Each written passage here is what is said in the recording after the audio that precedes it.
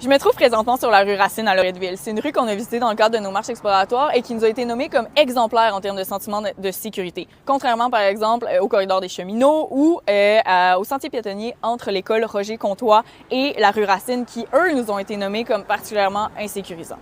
Ici, une rue Racine, comme beaucoup d'autres rues commerciales, sont exemplaires pour plein de raisons. C'est des lieux souvent qui vont être fréquentés de jour comme de nuit en raison des commerces, des restaurants. C'est des lieux aussi où il y a un fort sentiment de communauté. Les gens se connaissent, les gens arrêtent pour discuter entre eux. Des lieux aussi où il y a des commerces de proximité, ce qui vient accroître ce sentiment de communauté et offrir des lieux de sûreté, des lieux publics où les gens peuvent se réfugier en cas de besoin.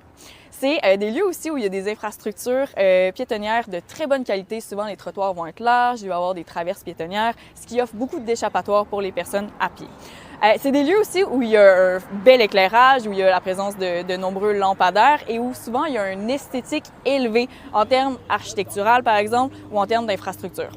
Il y a notamment beaucoup de décorations saisonnières, par exemple, qui sont souvent installées sur les rues commerciales, ce qui va améliorer l'ambiance et générer encore un sentiment de sécurité. Puis là, je vais vous le dire, contrairement à ce qu'on pourrait penser, des décorations d'Halloween, oui, ça peut être sécurisant.